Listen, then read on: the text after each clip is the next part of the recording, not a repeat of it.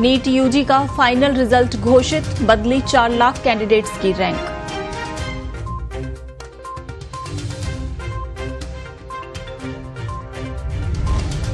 उत्तर प्रदेश, मध्य प्रदेश, राजस्थान सरकार का बड़ा ऐलान, अग्निवीरों को पुलिस और पीएसी में मिलेगी प्राथमिकता।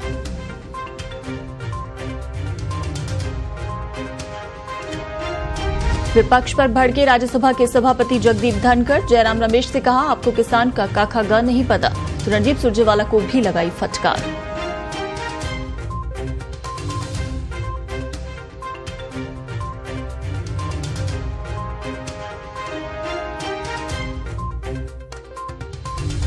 देश के कई राज्यों में भारी बारिश, गुजरात, महाराष्ट्र, मध्य प्रदेश, गोवा, कर्नाटक में रेड अलर्ट जारी, वहीं राजस्थान के 12 जिलों के लिए येलो अलर्ट।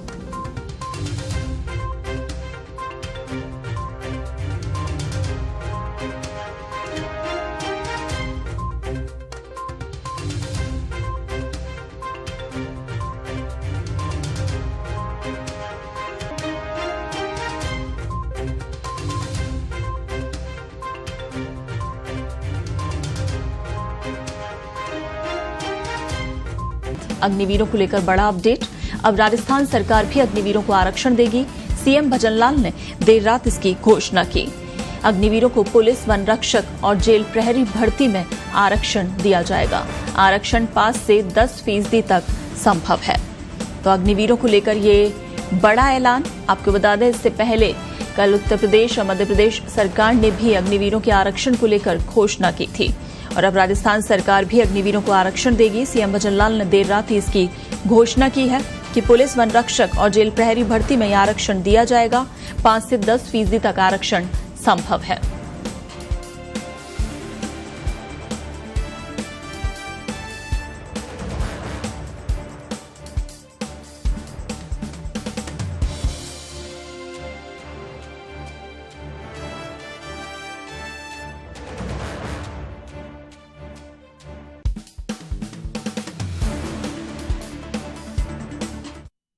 आपको बता दें कि उत्तर प्रदेश सरकार, मध्य प्रदेश, छत्तीसगढ़, गुजरात और ओडिशा सरकार जो कि अग्निवीरों को आरक्षण की घोषणा कर चुकी हैं और अब राजस्थान भी आरक्षण की घोषणा कर चुका है। उधर UP CM Adityanath, CM Mohan Yadav, मुख्यमंत्री विष्णुदेव साय ने इसकी घोषणा की। सीएम योगी ने कहा कि अग्निवीर जब अपनी सेवा के बाद वापस आएंगे तो उन्हें उत्तर प्रदेश सरकार पुलिस सेवा में, पीएसी में प्राथमिकता के आधार पर समायोजन की सुविधा दी जाएगी। उनके लिए उत्तर प्रदेश पुलिस में एक निश्चित आरक्षण की सुविधा उपलब्ध कराई जाएगी। जबकि मोहन यादव ने कहा कि कारगिल दिवस के अवसर पर हमारी सरकार ने निर्णय किया है कि अग्निवीर जवानों को पुलिस एवं सशस्त्र बलों की भर्ती में आरक्षण दिया जाएगा। ओडिशा के मुख्यमंत्री मोहन चरण मांझी ने अग्निवीरों के लिए 10% कोटा और 5 साल की आयु में छूट की घोषणा की है। इधर मुख्यमंत्री विष्णुदेव साय ने कहा कि छत्तीसगढ़ सरकार अग्निवीरों को विशेष आरक्षण देगी। सेना में सेवा देने के बाद ये जवान राज्य सरकार के विभिन्न बलों में भर्ती हो सकेंगे। उन्होंने कहा कि अग्निवीर योजना के तहत सेना में भर्ती होने वाले युवाओं को इस आरक्षण का सीधा लाभ मिलेगा। मुख्यमंत्री ने कहा कि मुझे छत्तीसगढ़ के अग्निवीरों को ये बताते हुए बहुत खुशी हो रही है कि अब छत्तीसगढ़ के सभी अग्निवीरों की सेवा के बाद छत्तीसगढ़ सरकार उन्हें आरक्षण देगी और ये आरक्षण पुलिस आरक्षक, वन रक्षक, जेल प्रहरी जैसे पदों पर प्राथमिकता के आधार पर दिया जाएगा। इसके लिए जल्द ही आरक्षण की तय गाइडलाइन जारी की जाएगी। इधर यूपी सीएम योगी आदित्यनाथ ने विपक्षी दलों पर निशाना साधते हुए कहा कि अग्निवीर अच्छी योजना है, लेकिन विपक्ष लोगों को गुमराह कर रहा है। अग्निवीर योजना और अग्निवीरों के संबंध में विपक्ष द्वारा फैलाए जाने वाले भ्रम बेतुके भी हैं और निंदनीय भी। प्रधानमंत्री नरेंद्र मोदी के नेतृत्व में भारतीय सेना में व आंतरिक सुरक्षा व्यवस्था में कई नए रिफॉर्म्स हो रहे हैं। अग्निपथ योजना भी ऐसी ही एक पहल है। अग्निवीरों के कारण भारतीय सेना अधिक युवा बनेगी। ये योजना देश में ऐसे जांबाज युवाओं को तैयार करेगी जो सेना में अपनी सेवा के बाद देश की सुरक्षा व्यवस्था को अधिक मजबूत बनाने में अमूल्य योगदान देंगे। गुजरात सरकार अग्निवीरों को आर्म्ड पुलिस और एसआरपी की भर्ती में मान्यता देगी।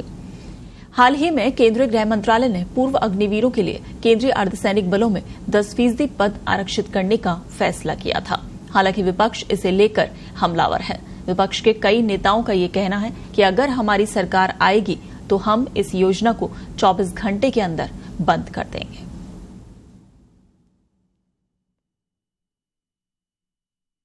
में जहां युवा भर्ती हो रहे हैं, एक ट्रेंड युवा अग्निवीर की सेवा को पूरा करने के बाद उन्हें सेना में भी अच्छा अवसर प्राप्त होने वाला है।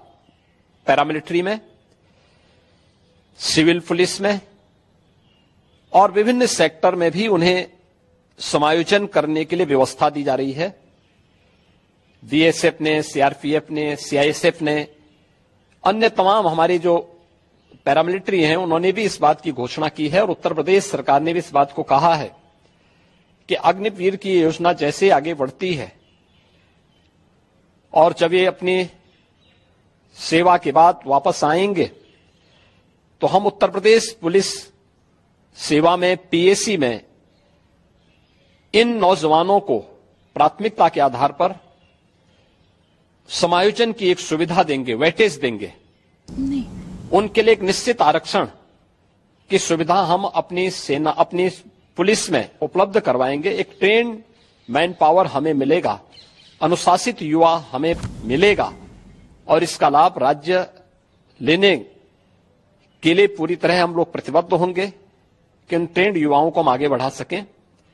और मुझे लगता है कि हमें प्रधानमंत्री मोदी जी के और भारत सरकार के इस सेना रिफॉर्म के अभियान के साथ राष्ट्रीय सुरक्षा को सर्वोपरि मानते हुए आगे बढ़ना चाहिए।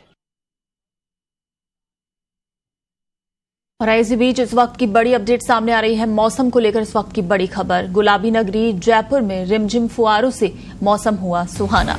तो सुबह से ही गुलाबी नगरी में रिमझिम फुहारों का राज्यसभा के सभापति जगदीप धनखड़ विपक्ष पर कल जमकर बरसे। किसानों के मुद्दे पर चर्चा के दौरान जयराम रमेश ने कहा तो सभापति ने कहा कि आप किसान के बारे में क्या जानेंगे, आपको किसान का क ख ग नहीं पता। You have a problem which is incorrigible. आपको किसान का क्या नहीं पता है, नहीं पता। रणदीप किसान की सेवा करने का तरीका नहीं है। भारत किसान प्रधान देश है। सदन के अंदर किसान की चर्चा के समय इतनी गुजारिश करूंगा कि हर व्यक्ति, Jairam Ramesh, you have some problem, you have a problem which is incorrigible. नहीं, आप किसान के बारे में क्या जानेंगे? नहीं, आपको किसान का क्या नहीं पता है, नहीं पता। क्या नहीं पता आपको किसान का? नहीं पता है। मेरा यह कहना है, सुनिए, माननीय मंत्री जी ने सुनिए, बैठिए। रणदीप किसान की सेवा करने का तरीका नहीं है। किसान की सेवा करने का तरीका है, सुनिए। ओहो, मैं सोच रहा था कि आप कहां गायब हो गए। माननीय सदस्यगण, मैं किसान परिवार से आता हूं, मैं किसान के संकट को जानता हूं।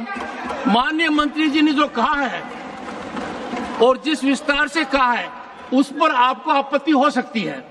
यदि अगर आपको आपत्ति है तो इनकी बात का आप जवाब दीजिए, तरीका अपनाइए। मंत्री बोल रहे हैं और बीच में खड़े रह रहे हैं, देश को क्या संदेश दे रहे हैं? और रणदीप सुरजेवाला तो तुरंत खड़े हो जाते हैं, हाथ खड़े कर दे। पहले जवाब सुनिए। मुझे बड़ा आश्चर्य है कि क्या आपने पढ़ा है जवाब को? तो रणदीप जी पढ़ते तो आप नहीं बोलते। आप बैठ ना। I not given permission. I given permission to none on this side. The honourable minister has very exhaustively, विस्तार से अपने बताए कदम उठा रहे हैं। नहीं, ज्यादा मंत्री जी कह रहे हैं कि हर दिन हर पल वो कार्यरत है, किसी समिति का इंतजार नहीं कर रहे ना। माननीय मंत्री जी,